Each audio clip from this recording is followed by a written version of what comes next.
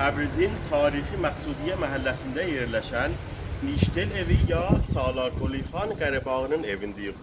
Gəlin bu evin tarixçəsi ilə tanış olaq. Niştel evi Qacariyyə dönəmində və yəni 200 il bundan qabaq tikilibdir. Amma bir sıra mənbələrdə bu evin Zəndiyə dövrünə aid olduğunu deyilir. Sağ qabağından Məqsudiyyə küçəsinə girəndə 4-5 dənə tarixi ev var. O cümlədən Heydərzadə evi, Muzey Sənciş və onlardan sonra da elə bu Xanə-i Niştelə rast gəlirik.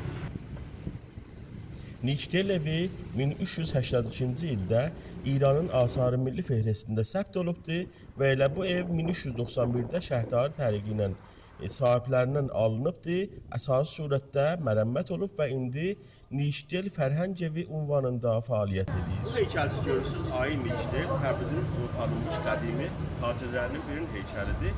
Bu ev elə Ayin Niştelin ailəsindən alınıbdır və indi Şəhdari Təbrizin müdiriyyətində mədəniyyət və fərhəng evi ünvanında çalışır.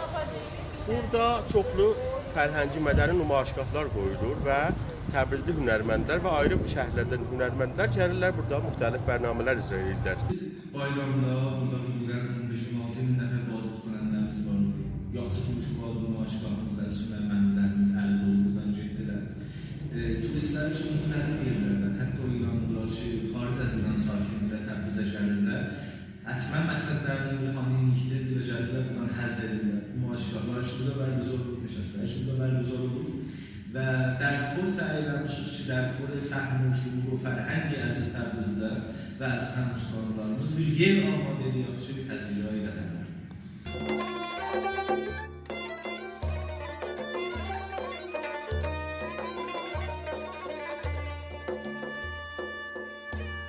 Gəlmişəm otaq